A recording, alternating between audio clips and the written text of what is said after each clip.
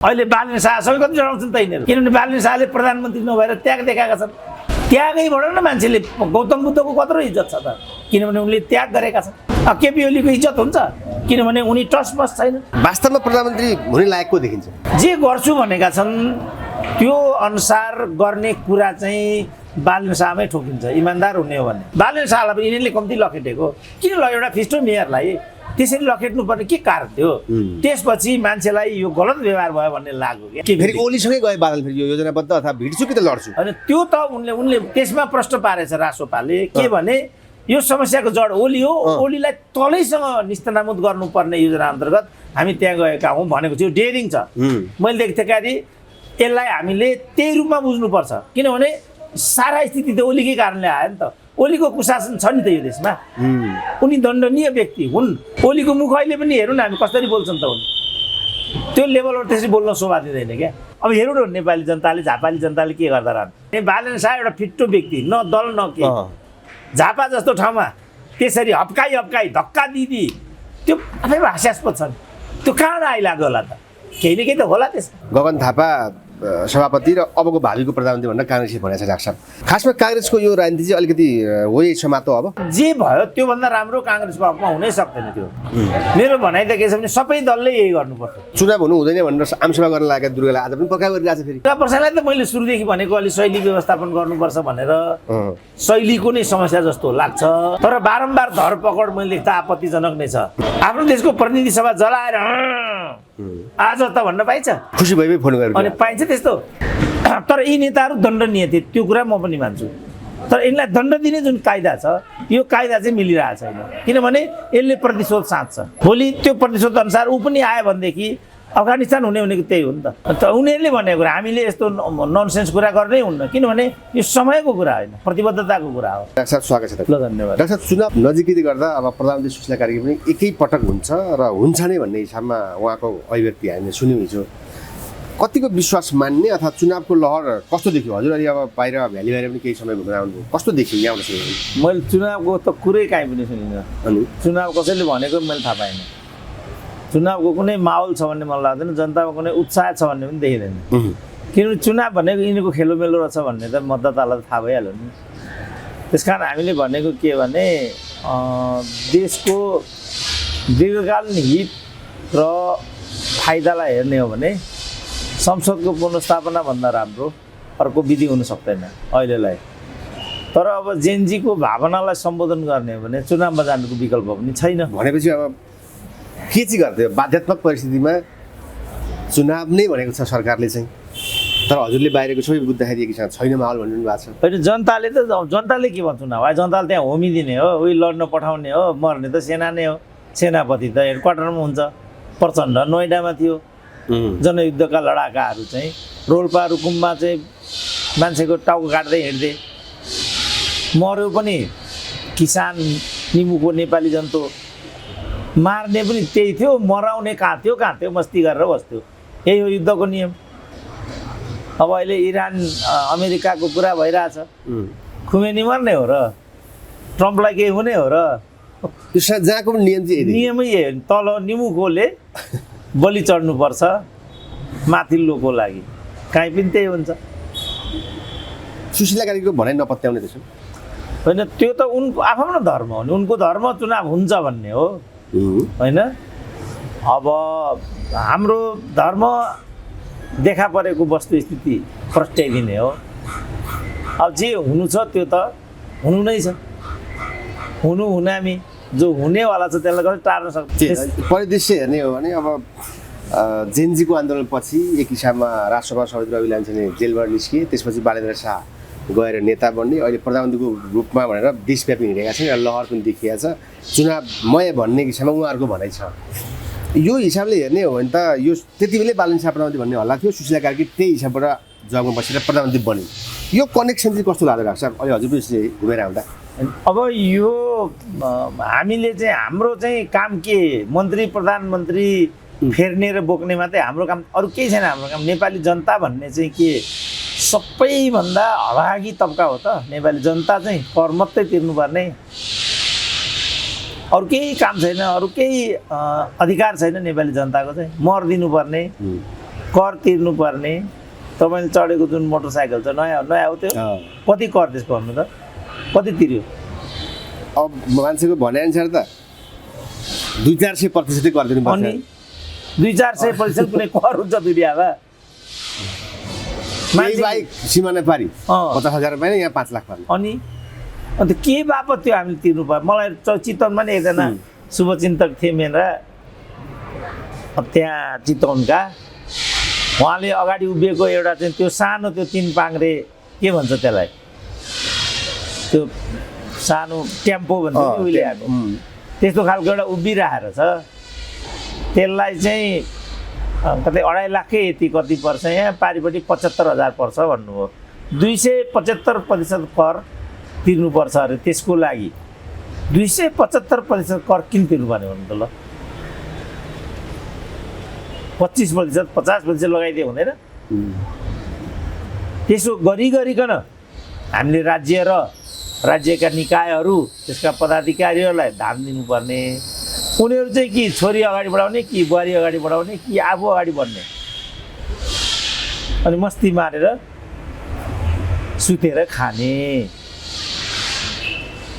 अनि हामीले यो सब किन गर्नुपर्ने भन्ने प्रश्न आयो त्यसकारण मैले भने योबाट अलिकति भए पनि बच्नको लागि सबभन्दा राम्रो भनेको संसदको पुनर्स्थापना हो जहाँ यस्तो महँगो प्रक्रियाबाट त्यहाँ पुगेका 300 जना लाडसापहरू अलरेडी दौरा सुरुवाल लाएर बसिरहेछन् त्यहाँ त्यही ठिक छ भनिदिएको यो तर कोही भन्लान् यही संसदलाई चाहिँ विघटन गरेर नयाँ ल्याउनलाई यत्रो गरियो डाक्टर साहबले के भन्नुहुन्छ भन्ने पनि भन्ला नि त फेरि यत्रो मान्छे मारियो जेनजीमा यही संसदको विरोधमा अनि त्यसो भने उनीहरू नै किन त्यहाँ न पल्टेका त भनेको नि मैले चाहिँ म उनीहरूकै पक्षको मान्छे हो नि त तिमीहरू चाहिँ के कमाइया थियौ मर्नको लागि जन्मेका हो तिमीहरू त्यो जेनजी आन्दोलन भने यिनीहरूलाई मन्त्री प्रधानमन्त्री बनाउनको लागि हो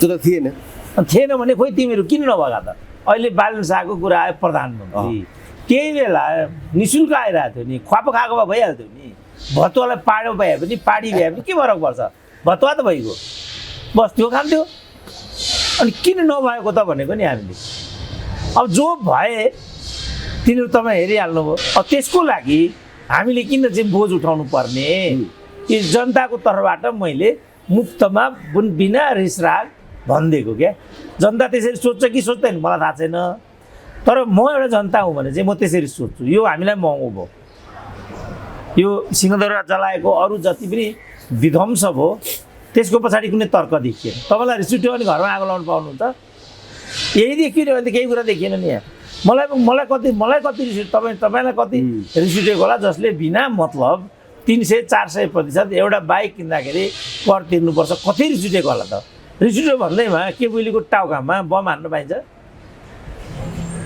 मलाई रिस उठेको छैन होला र मैले कतिचोटि भनिसकेँ मेलमजीलाई देखाइकन यिनीहरूले मलाई चाहिँ 25 वर्ष ठगे भनेर मलाई कम्ती रिस उठेको होला मलाई त्यो मेलमजीको प्रोजेक्ट इन्चार्जलाई देखेँ भने हान्न मन छ हानु म अब रिस उठेको छैन मलाई त्यस्तो धेरैलाई होला त्यस्तो त्यो त एउटा बिम्ब मात्रै भयो त्यो त घर घर कि कहानी भन्छन् नि त किनभने जस्तो 2057 सालदेखि मेरो घरको धारोमा पानी आउँदैन मिनिमम 1100 तिर्नु पर्दो रहेछ त्यहाँदेखि यहाँसम्म म मिनिमम 1100 तिरिआएको छु निरन्तर अर्को 2200 खर्च गरेर पर ट्याङ्कर पानी किनेर चाहिँ खाने गर्छु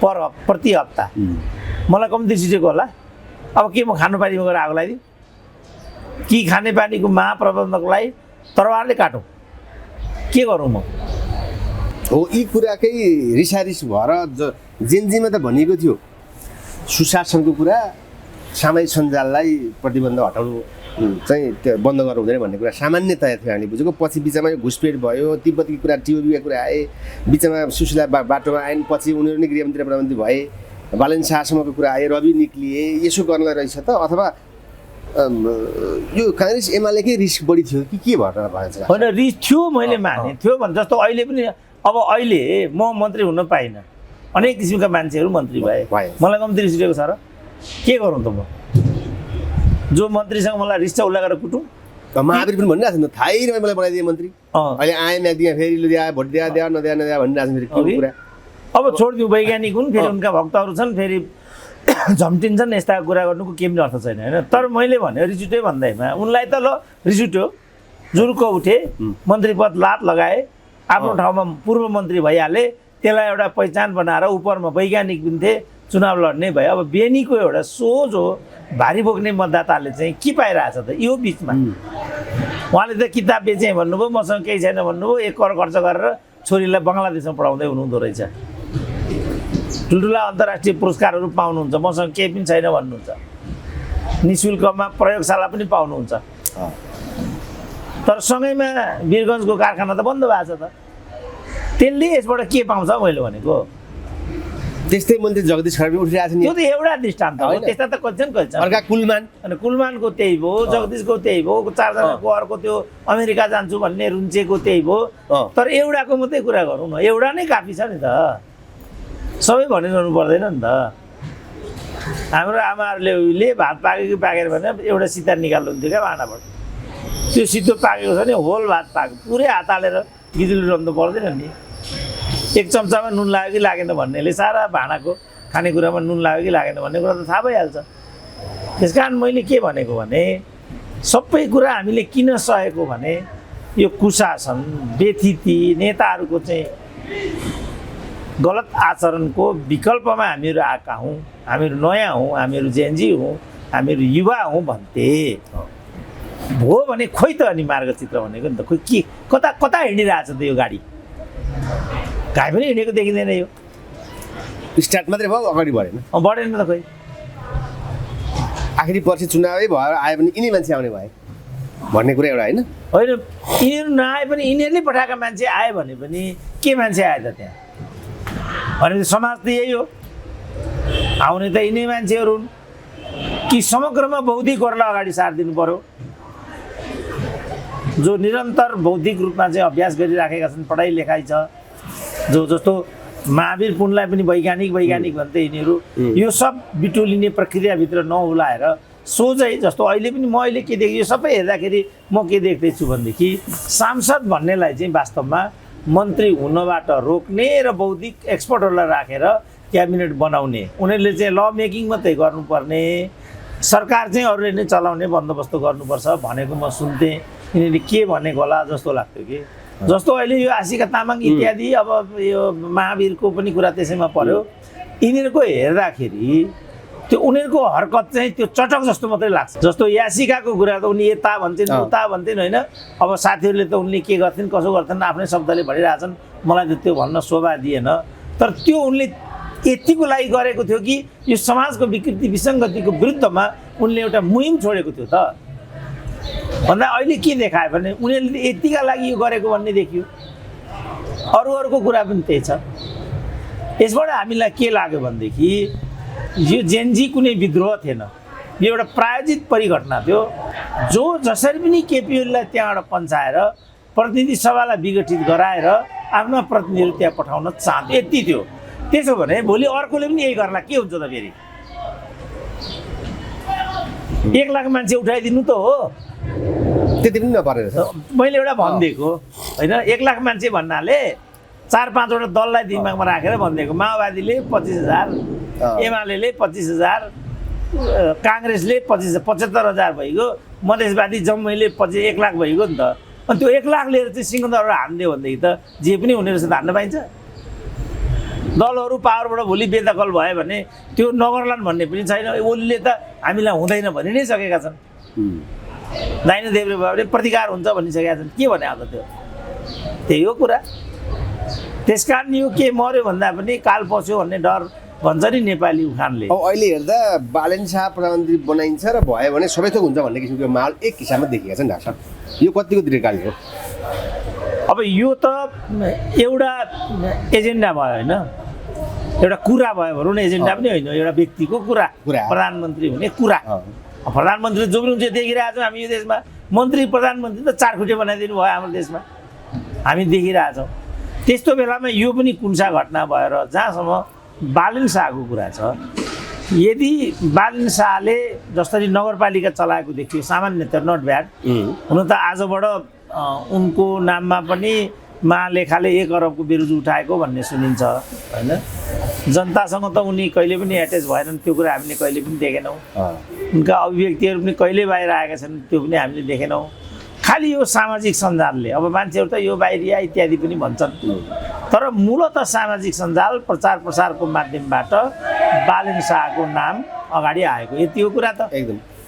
अब यो कुरा कतिको तार्किक होला र कतिको परिणामदायी होला त्यो कुरा त हेर्न बाँकी नै छ।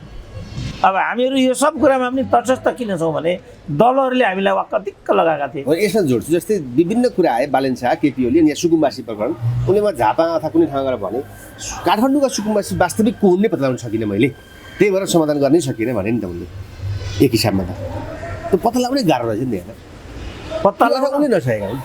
कसरी पत्ता लगाउन सकिँदैन? त्यो बागमतीको किनारमा बसेर हामी सुकुम्बासी नै हौँ भनि नै रहेछन् त, पत्ता लगाउन सकिँदैन, देखिएकै छन् त उनीहरू। कुरो के हो भने यिनीहरूले नै यस्तै चाहिँ नौटङ्कीहरूले चुनावी टिप्स बनाएको हो क्या यो सुकुम्बासी भन्नेलाई। धरानमा पनि हाम्रो हर्क साम्पाले खुल्लम खुल्ला भनेको छ, म छु म हुँदासम्म तिमीहरूलाई केही पनि हुँदैन, हो कि होइन भन्दा हो भनिरहेको छन् उनीहरूले होइन। उनीहरू जहाँ बसेका छन् त्यसलाई उनीहरूले आफ्नो घर बनाउन चाहन्छन्। अब उनीहरूले त्यहाँ बस्ने कुरा जस्तो कयौँ ठाउँमा, एक ठाउँमा त यस्तो कुरा भएको होइन नि त, जस्तो त्यही धरानको कुरा गर्दा पनि माथि त्यो सर्दु खर्दु खोला जलाधार क्षेत्रमा टन्नै बस्तीहरू थियो, त्यो बस्तीका सारा मानिसहरूलाई तल चाहिँ काने पोखरीमा राजाकै पालामा सारिएको। भरे चाहिँ ढड्डामा चाहिँ त्यो ढड्डालाई भ्रष्ट कर्मचारीहरूले एजिटिज राखिजोडेको रहेछ छोपेर, तीबाट उनीहरूले त्यो ढड्डाबाट पनि उनीहरूलाई यसरी स्थानान्तरण भइसकेको भनेर त्यो मोठ उल्लेख गरिदिनु पर्नेमा उनीहरू त्यो नगरिकन छोडिदिएको रहेछ। अब दलालहरूसँग मिलेर, जग्गा दलाल बिचौलिया इत्यादिहरूसँग भ्रष्ट कर्मचारीहरूले मिलेर त्यही बिन्दुलाई टेकेर के गरे भने तलको जग्गा पनि आफ्नो बनाए, पुरानो जग्गामा गएर घर हालेर बसिदिए। अब यो मैले मुगुमा पनि देखेँ।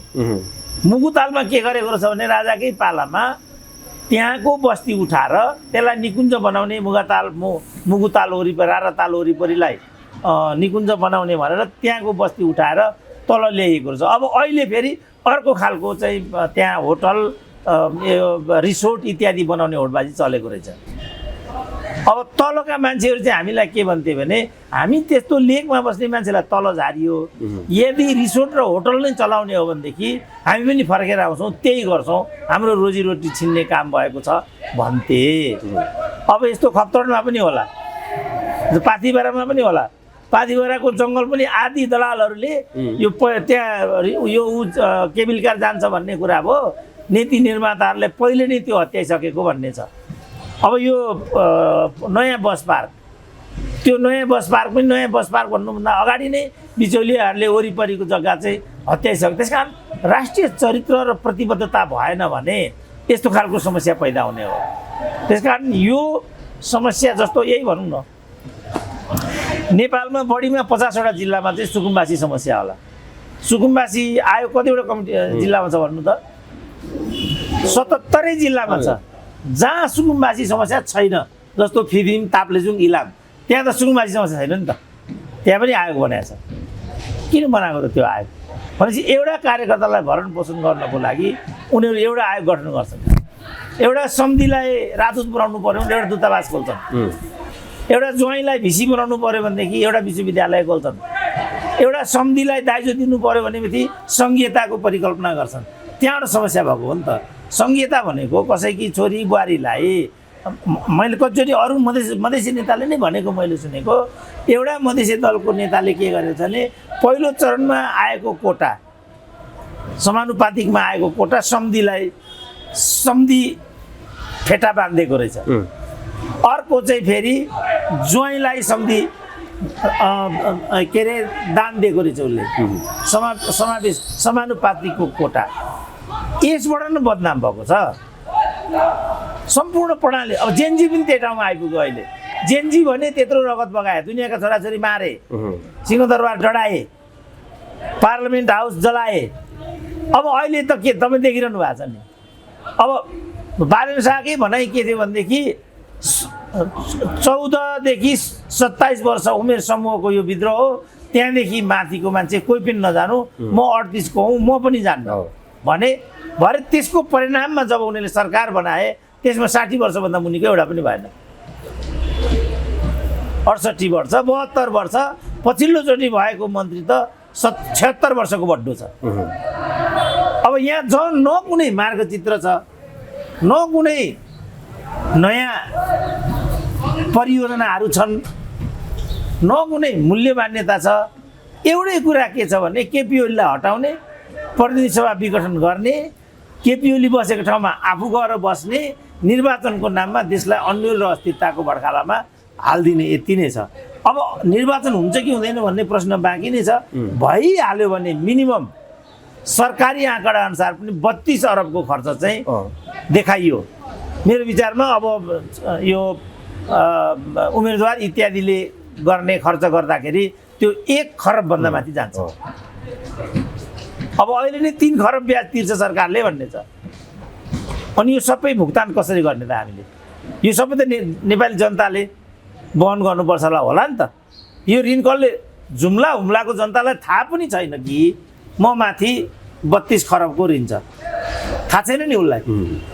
किनभने उसले केही गरेकै छैन, अनि किन केही खाएकै छैन भने उसलाई ऋण कसरी राख्छ त? तर बिचारा लागेको छ, त्यो त दामासहीले तिर्नुपर्छ। अनि यो अपराध गर्ने हैसियत हामीलाई कहाँबाट आयो? मैले यो भनेको मोज मस्ती हामी गर्ने जस्तो सङ्घीयता त हामीले सङ्घीय सिद्धान्त अनुसार हो भनेर पो द्वन्द्व समाधानका लागि दिगो शान्ति हुन्छ भनेदेखि मरोस्, यही हो नि भनिदिएको। होइन भने हामीले सङ्घीयता किन बहन गर्नुपर्ने भनिदिएको त? अब प्रादेशिक राज्यहरू तल हुने, मुख्यमन्त्री तलको हुने, उसको आवाज चाहिँ भुइँसे पार्टीमा हुने, एकदम विलासिता युक्त संरचना त्यहाँ खडा गरिएको छ जहाँ मन्त्री आवास गृह छ। मन्त्री आवास गृह अलरेडी पुलचोकमा थियो। अब प्रधानमन्त्रीको आवास गृह यहाँ छ, यो चाहिँ फेरि विचलन गरेर खाने। बालुटारको प्रकरण भनेको त्यही हो। अब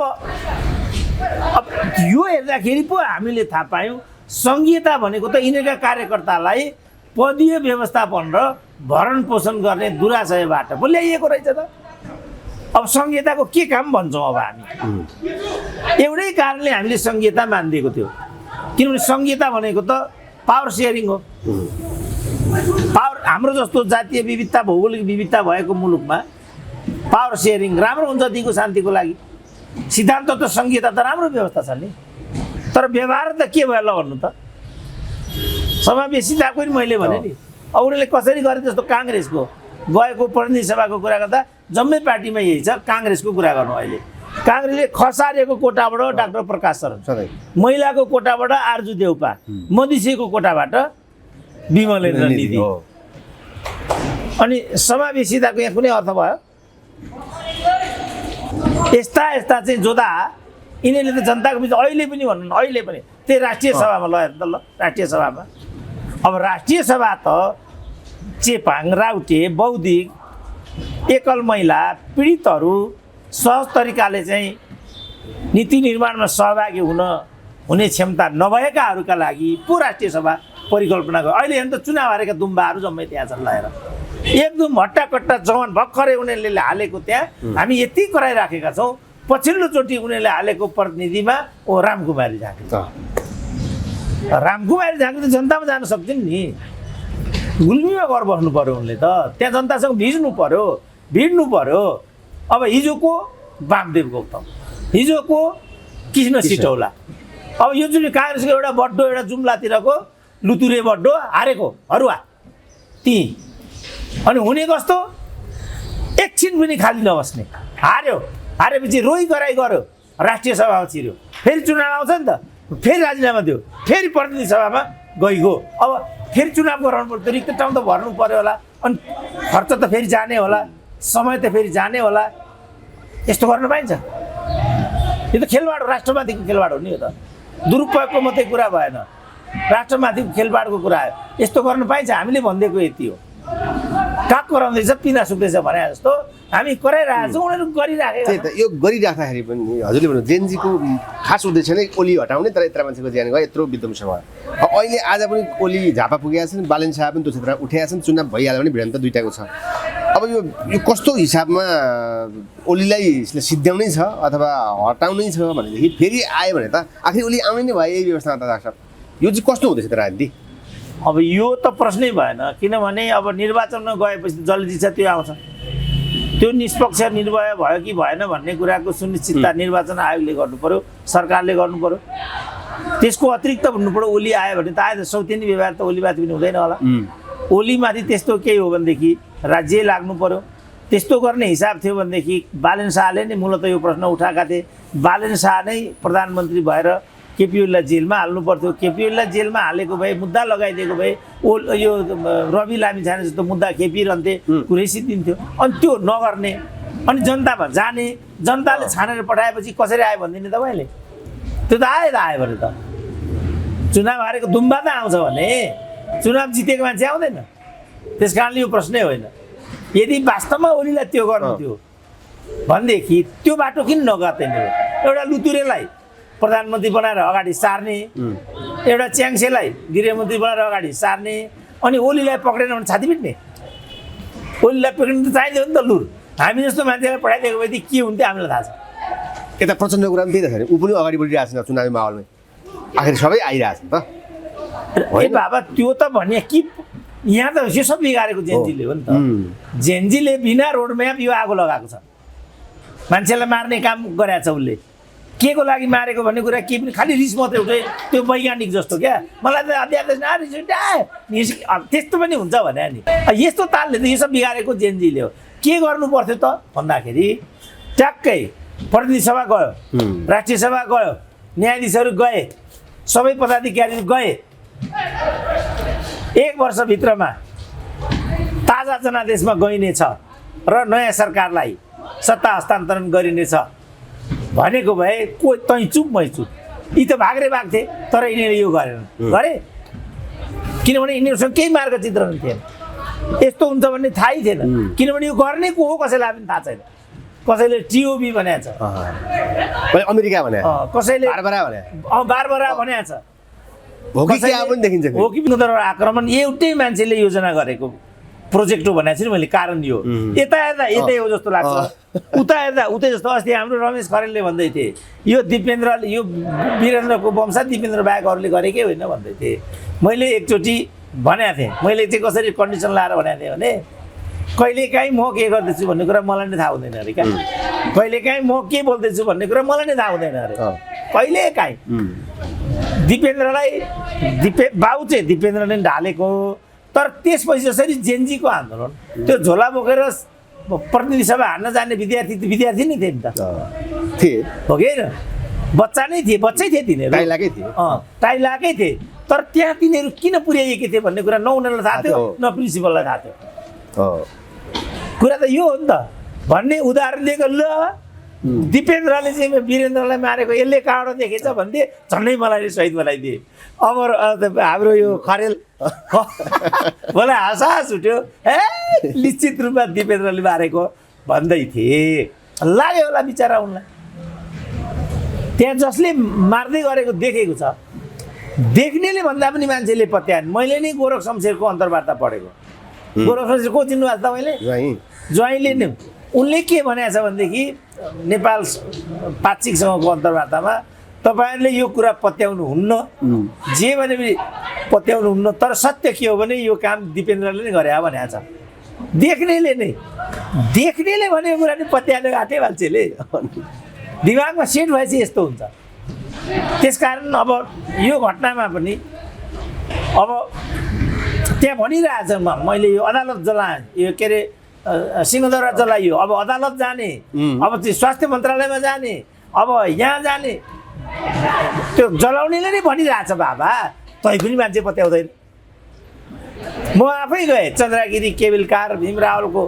घर यो के विशाल समूह कि के भन्ने रहेछ माथि सतुङ्गलमा होइन गएँ जाँदाखेरि त्यहाँ भीम रावलको एउटा एपार्टमेन्टभित्र रहेछ त्यो।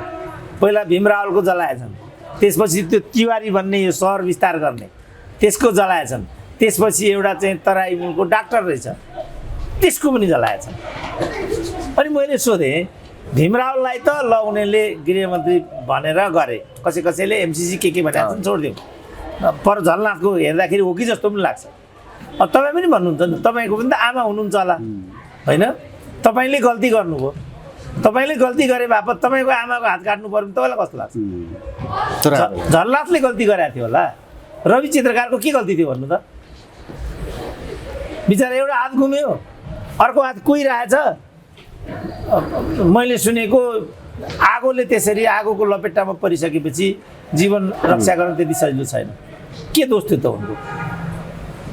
त्यस कारण झलनाथलाई जुनसुकै सजाय दिन्छौ देऊ न, तर झलनाथको परिवारलाई आक्रमण गर्ने अधिकार हामीलाई कहाँबाट आयो? भयो त्यो कुरा। त्यसपछि मैले त्यो भीमराववाला एपार्टमेन्ट बारेमा चाहिँ अनि सोधेँ, यो तिवारी यो सहरीकरण गर्ने क्रममा उसँग आक्रोश थियो, बुझेँ मैले। यो डाक्टरको चाहिँ किन जलाएको रहेछ त भनेर सोद्धाखेरि त 6 महिना अगाडि त्यहाँ काम गर्ने केटालाई चाहिँ उसले निकालेको रहेछ घरबाट। ल यसरी छानिकन चाहिँ प्रतिशोध साधिएको छ। अब यो जेन्जिल गर्ने कुरा हो। त्यसपछि म चन्द्रगिरी केवल कार्य हेर्न गएँ। जाँदाखेरि त एउटा ग्रुप आयो अरे, एक थोक तोड्यो अरे, अर्को ग्रुप आयो अरे बियर कहाँ छ भन्छ अरे, अर्को कुरो आउने एटिएमबाट पैसा निस्किँदैन भन्छ अरे। त्यो जेन्जिल गर्ने काम हो त त्यो। त्यस कारण काहीँ न काहीँ गडबड भएको छ। यस्तो गर्न पाइँदैन मेरो भनाइ। रिस त मलाई पनि उठाएको थियो नि। त्यो त पुराना दल पुराना नेताको आक्रोशको कुरा जोड्ने हो भने धक्का देउवाले खाए, गगन थापा एउटा विद्रोह गरेर यो अवस्था आए। अहिले गगन थापा सभापति र अबको भावीको प्रधानमन्त्री भनेर काङ्ग्रेसले भनेको छ। डाक्टर साहब, खासमा काङ्ग्रेसको यो राजनीति चाहिँ अलिकति हो समातो अब त्यो के हो, तर जे भयो त्योभन्दा राम्रो काङ्ग्रेसको हकमा हुनै सक्दैन। त्यो मेरो भनाइ त के छ भने सबै दलले यही गर्नुपर्छ, सबै वान अल। एमाले पनि गर्नै पर्थ्यो, एमाले त एक नम्बरमा गर्नु पर्थ्यो। केपी ओलीको सान्दर्भिकता सकिसक्यो, किनभने केपी ओलीकै कारणले यो आगो लाग्यो। त्यसमा पनि यो माओवादीमा वर्षमान पुन, एमालेमा शङ्कर पोखरेल, गगन थापाले त कमान हातमा लिइहाले, राजेन्द्र लिङ्गदेनले पोरै गरे, मधेसवादीहरूले पनि यही गर्नुपर्छ, मैले यही गर्नुपर्थ्यो।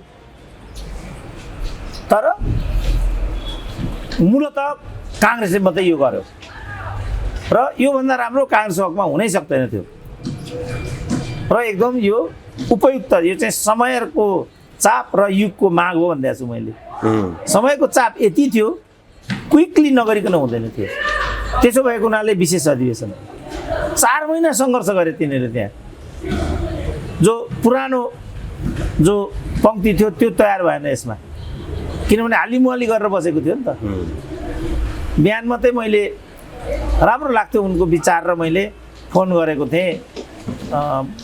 राठौर रविन्द्र होइन, राठौर किशोर सिंह राठौरलाई फोन गरेको थिएँ। के छ बाबु तिमी योचोटि प्रतिस्पर्धामा हो कि होइन भनेर सोधेँ। पहिलो प्रश्न, 6 सर म त लडिरहेको छु। पहिला बाँकेमा थिएँ भने क्या, योचोटि बर्दियामा छु भन्दै थिएँ, फिल्डमै छु भन्दै थिएँ उनी। उनका सबै विचारहरू म सुन्थेँ र उनी के भन्थे भने यो त एकै दिन आएको कुरा होइन, यसमा त लड्नु त छ, भेट नि त, नेताहरूमा कमी भयो कमजोरी भयो, त्यो कुरा सत्य हो।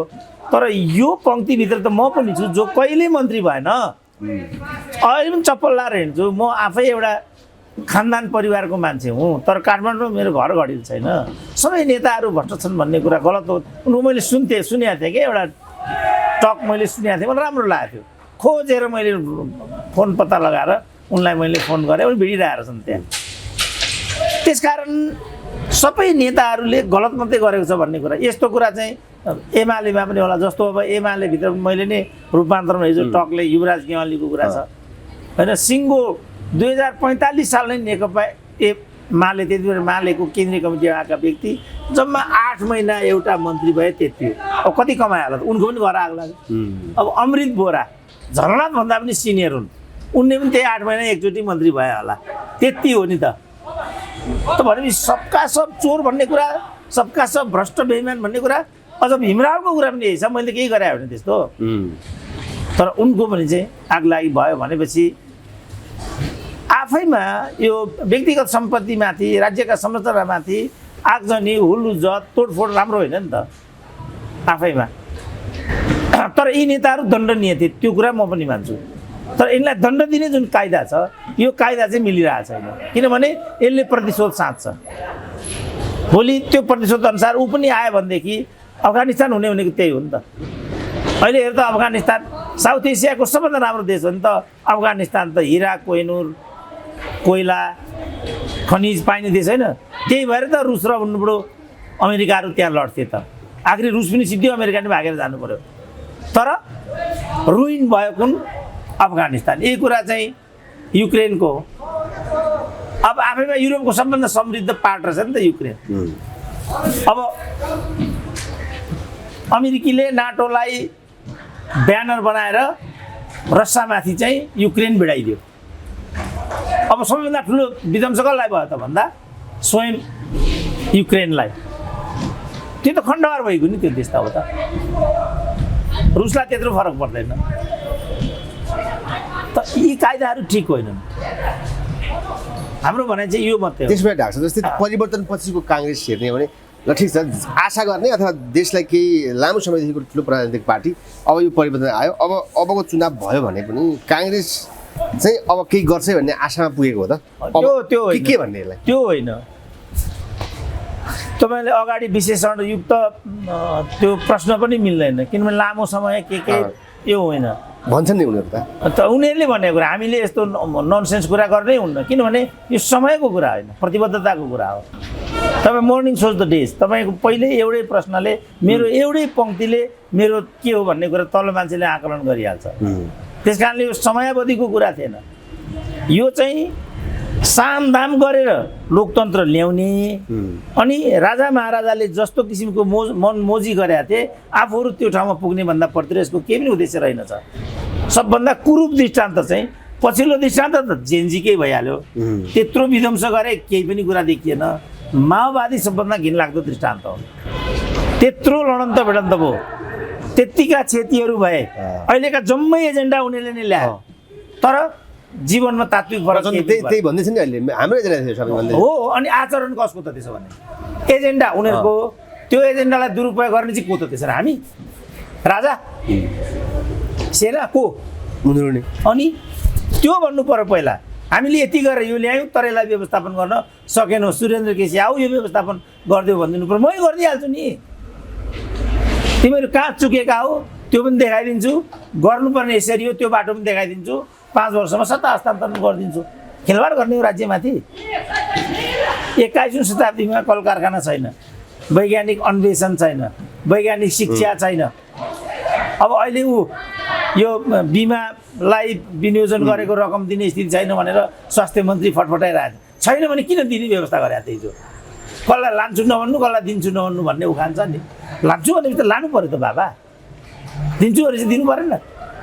वचनमा पक्का हुनु पर्दैन। मान्छे भइसकेपछि ठग जस्तो क्या, पैसा साबाट मागेर अनेक बहाना गर्ने ठग जस्तो क्या। माग्ने बेला कस्तो हुन्छ त अनुहार, दिने बेलामा माग्ने भन्दा पनि प्रसन्न मुद्दा। तपाईँलाई मैले तपाईँको अनुहारमा मैले प्रसन्नता हालिदिने अनि तपाईँले मलाई चाहिँ प्रताडित गरिदिने, त्यस्तै छ नि त हाम्रो समाज त। त्यस्तो गर्न पाइँदैन। प्रचण्डहरूले केही पावरको पछाडि नलागेर हाम्रो त गणतन्त्र, धर्मनिरपेक्षता, सङ्घीयता हाम्रा विषयवस्तु समावेशीयता हुन्। यो मार्गचित्र अन्तर्गत मात्रै हाम्रो चासो हुन्छ।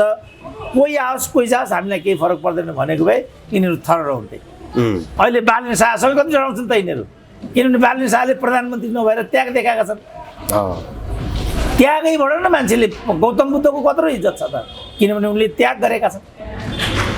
केपी ओलीको इज्जत हुन्छ किनभने उनी टसमस छैन, मै खानुपर्छ, मै लाउनुपर्छ। उनी ओली, प्रचण्ड, गगन थापा लगायतका व्यक्तिलाई प्रधानमन्त्रीको रूपमा सारेका छन् विभिन्न पार्टीले।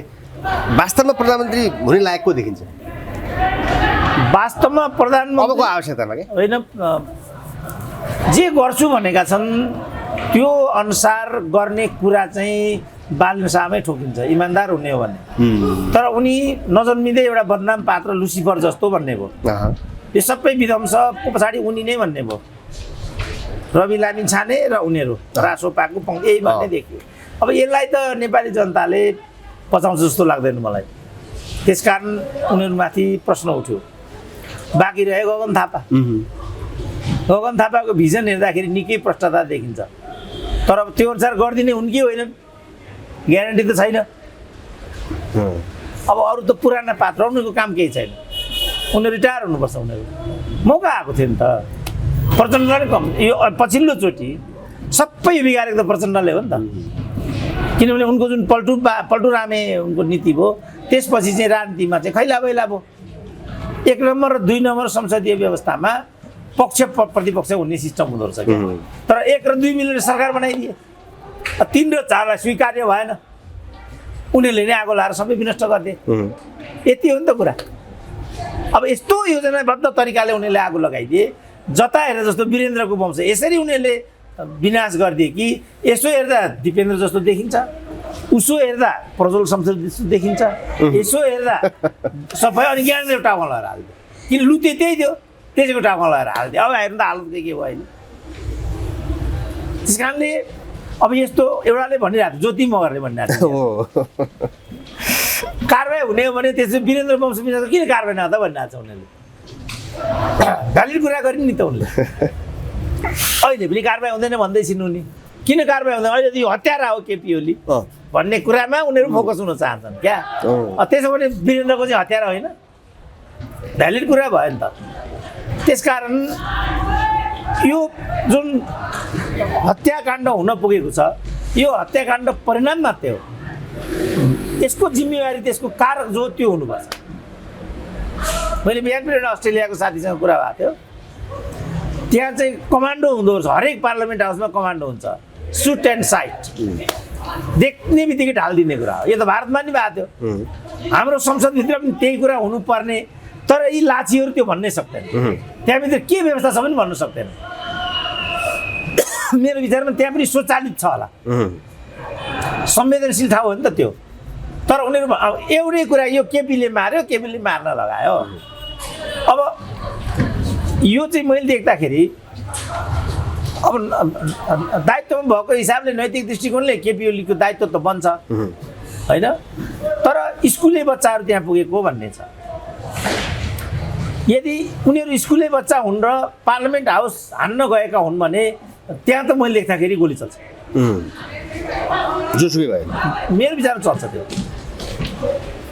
अब यो त भनौँ अहिले नै, अहिले भनेको छु नि मैले, जस्तो सुशीला कार्की जहाँ छिन् त्यहाँ आक्रमण भयो, गोली चल्छ कि चल्दैन?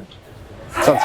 निवर्तमान महानिरीक्षकले भनेको छ भोलि पुलिसलाई चाहिँ ब्यालेट बक्स रुङ्नको लागि बन्दुक दिएर त्यहाँ राखिन्छ, कोही आक्रमण गर्न आयो गोली चलाउने कि चलाउने कि लुट्न दिनु पर्यो, पुलिसले सुरक्षा गरेर लुट्यो यो षड्यन्त्र हो भनिदिन्छ यता आएर। त्यसो भने त हान्छ उसले। अनि ऊ हत्यारा हुने कि नहुने, सुशीला कार्की हत्यारा हुने कि नहुने? त्यस कारणले यसरी हुँदैन, समग्रमा यसको मूल्याङ्कन गरिनुपर्छ। को कति जिम्मेवार छ, उनीहरूलाई जिम्मेवार बनाइनुपर्छ, त्यो कुरा म मान्छु। तर यो बिल्कुल केपी ओलीले हत्या गरेको, कृष्ण सिटोलाले हत्या के नाम हो त्यो रमेश लेखकले हत्या गरेको भनेर 2 जनालाई सिङ्गल आउट गर्नुको त्यत्रो म अर्थ देख्दिनँ।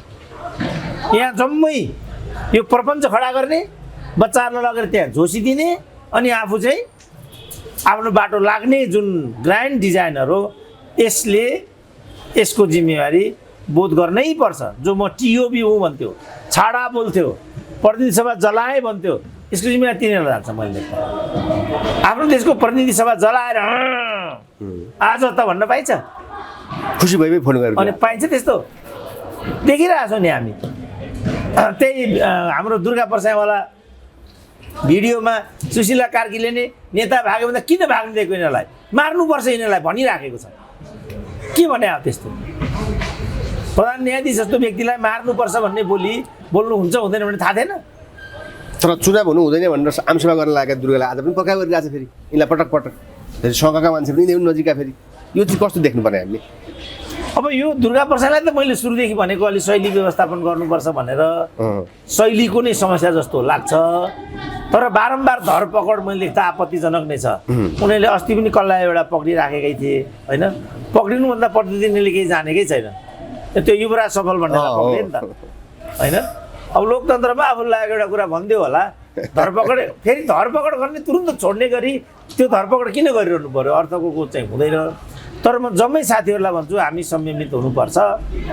चुनाव हुनु हुँदैन भन्दाखेरि के विकल्प हुनसक्छ त त्यो ठिकसँग दिन सक्नुपर्छ। एउटा कुरा त पटपट वार्ता बसेका हुन् सरकारसँग दुर्गाता।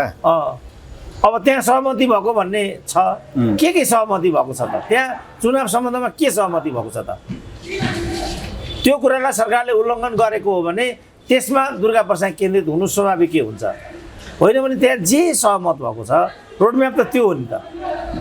त्यस कारण मैले देख्दाखेरि चुनावलाई अन्यथा लिनु सङ्क्रमणलाई लम्ब्याउने कुरा हुन जान्छ क्या। डाक्टर अन्तिम प्रश्न ल हजुर, यो जहाँ गयो थियो हजुर पनि घुम्नुभयो चितवन लुम्बिनी र सबै परिप्रेक्ष्य हेर्दा, र बालनशाह जहाँ गयो ती मान्छेको माहौल र यो सरकारले चाहेकै हो भने साँच्चै नै अबको पार्टी रासपा पहिलो पार्टी अथवा सरकारै बनाउन खोज्दैछ अथवा यो प्लानैबद्ध हो भनेदेखि यो कस्तो किसिमको माहौल भइरहेछ? मान्छेले किन मन पराइरहेछन् बालनशाहलाई यत्रो क्रेज जबसम्म अहिलेसम्म देखाएको थिएन? के भन्न सकिन्छ यो चाहिँ? होइन अब भन्न त सकिन्छ, भन्ने कि नभन्ने कुरा भयो होइन। म चाहिँ चितवन आइपुगेँ, भाइहरूले देख्नुभयो किनभने 25वटा अनलाइनले चाहिँ मलाई घेरे होइन। म त्यो लेभलको हुँ त ल भन्नु न। म जस्ता प्रोफेसर त कति छन् नेपालमा। घरै पछि मन्त्री छन्, मन्त्रीलाई नदेखे जस्तो गर्छन्, प्रोफेसरलाई नचिने जस्तो गर्छन्। अनि सुरेन्द्र केसीलाई चाहिँ त्यो स्पेस किन दिन्छन् त? त्यो त आफ्नो कमाइ हो। के कारणले हो बालनशाहको पनि त्यो कमाइ देखियो। रवि लामी छ नि चितवन जाँदाखेरि प्रचण्डहरू त त्यत्रो भिड कहिले देख्नु भएको थियो त? के भन्नु छ तपाईँहरूलाई? जबकि रवि लामी छानेमाथि त्यतिका सङ्गीन आरोपहरू छन्। ती आरोपहरू प्रतिशोधपूर्ण भन्ने चाहिँ समाजले अवधारणा बनायो। किन रवि लामी छाने लखेटेपछि किन थुनेको ल भन्नु त? त्यो कारण हो। बालनशाहलाई पनि यिनीहरूले कम्ती लखेटेको किन? एउटा फिस्टो मेयरलाई त्यसरी लखेट्नु पर्ने के कारण थियो? त्यसपछि मान्छेलाई यो गलत व्यवहार भयो भन्ने लाग्यो क्या। त्यसको फाइदा यिनीहरूले पाए जस्तो लाग्छ। त्यो क्रेजको त्यस्तो किसिमको आकर्षण हुनुपर्ने त्यस्तो अवस्था चाहिँ म के फेरि ओलीसँगै गए बादल फेरि यो योजनाबद्ध अथवा भिड्छु कि त लड्छु? होइन त्यो त उनले त्यसमा प्रश्न पारेछ रासोपाले। के भने यो समस्याको जड ओली हो। ओलीलाई तलैसँग निस्तानाबुद गर्नुपर्ने योजना अन्तर्गत हामी त्यहाँ गएका हौँ भनेको चाहिँ डेयरिङ छ। मैले देख्दाखेरि यसलाई हामीले त्यही रूपमा बुझ्नुपर्छ। किनभने सारा स्थिति त ओलीकै कारणले आयो नि त। ओलीको कुशासन छ नि त यो देशमा। उनी दण्डनीय व्यक्ति हुन्, तर जुन तरिकाबाट उनलाई दण्ड दिन खोजियो त्यो आफैमा गलत थियो। त्यसपछि हामी तटस्थ बस्नुपर्ने भयो। यो हो नि त कुरा त। ओलीको मुख अहिले पनि हेरौँ न हामी कसरी बोल्छन् त उनी। त्यो लेभलबाट त्यसरी बोल्न शोभा दिँदैन क्या। किनभने ओलीहरूको रिटायर ऊ शेरबहादुरले पहिलो चरणमै छुट्टी लिएको भए जुन बेला काबा दिएका थिए आजको दिन आउने थिएन नि त। मान्छेले देउपालाई माफ दिइसकेका थिए, मजाले दिएका थिए कि थिएन? हेर्नु त के भयो। अब यही चिज महाधिवेशनबाट ओलीलाई पनि गरेर आउनु पर्थ्यो। ती कार्यकर्ताहरूले गराएनन्। अब जनतालाई चाहिँ यो दायित्व आइलाग्यो। अब हेरौँ न नेपाली जनताले, झापाली जनताले के गर्दा रहन्। यसको फाइदा मैले नत्र भने बालनशाह एउटा फिट्टो व्यक्ति, न दल न के, झापा जस्तो ठाउँमा त्यसरी हप्काई धक्का दिदी त्यो आफैमा हास्यास्पद छ। त्यो कहाँ आइलाग्यो होला त? केही न केही त होला त्यसमा। त्यस कारणले यो रहस्यमय छ। नेपाली जनताले विवेक प्रयोग गर्नुपर्ने छ। किनभने यो सङ्गीन घडी हो, ख्यालठट्टाको घडी होइन। यो रहस्यमय नै छ मेरो विचारमा। यसमा हामी गम्भीर हुनुपर्ने नै छ र मान्छेलाई एकैचोटि टाउकोमा पुर्याउने जुन परिकल्पना हामीहरू गर्छौँ। राजाका पालामा त सहायक मन्त्री हुन्थ्यो, राज्य मन्त्री हुन्थ्यो, मन्त्री हुन्थ्यो, राष्ट्र प्रधानको अध्यक्ष हुन्थ्यो, बल्ल उप प्रधानमन्त्री हुन्थ्यो। युनिभर्सिटी पनि त्यही हुन्थ्यो। पहिला क्याम्पस बनाउँथे, अनि रजिस्ट्रार बनाउँथे, रेक्टर बनाएपछि भिसीको बाटो खुल्थ्यो। अब अहिले त भिसी टिको लगाइदियो। किनभने सबै पद पैसामा हो अहिले त। राजदूत भनेपछि प्रचण्ड र ओली जसरी फुटे नि रवि बालेन यसरी फुटेर भन्ने छ नि डाक्टर। अन्तिममा हजुरले एउटा विश्लेषण गर्दा यो हुनसक्छ कि साँच्चै मिलेर गइरहेको छ? अनि त्यो त पदको लडाइँ हो। जब पदको लडाइँ हो भने बहुपद त हुँदैन। स्वार्थको लडाइँमा त त्यो भयो भने अरूको कुरा नै भएन। एकता भनेको आदर्शमा हुनुपर्ने हो। माओवादी जस्तो, एमाले जस्तो पार्टीमा त जो आदर्शका लागि लड्थे त्यो हाल भयो भने त के कडी हुन्न भने केही भरोसा हुँदैन। यिनीहरूको त कुलमा नै भनौँ न, अघिल्लो हप्ता कहाँ थिए महावीरै, अघिल्लो हप्ता कहाँ थिए त? पदमा त के ठेगान हुन्छ पद? त्यस कारणले आदर्शमा मात्रै हो। किनभने आदर्श गन्तव्य हुन्छ, यहाँ त स्वार्थ गन्तव्य छ, पद गन्तव्य छ। जस्तो गणेश मान के भन्नु, के हाल भयो त लास्टमा? बिचरा हालत भयो नि। अब गणेश मानका सन्तानहरू अहिले कस्तो हालतमा छन् त? आदर्शमा लडेकाको त यस्तो छ भने तपाईँहरू रवि लामिछानेको प्रश्न सोध्दै हुनुहुन्छ मलाई त्यो प्रश्नै होइन नि त्यो हस् डाक्टर धन्यवाद धन्यवाद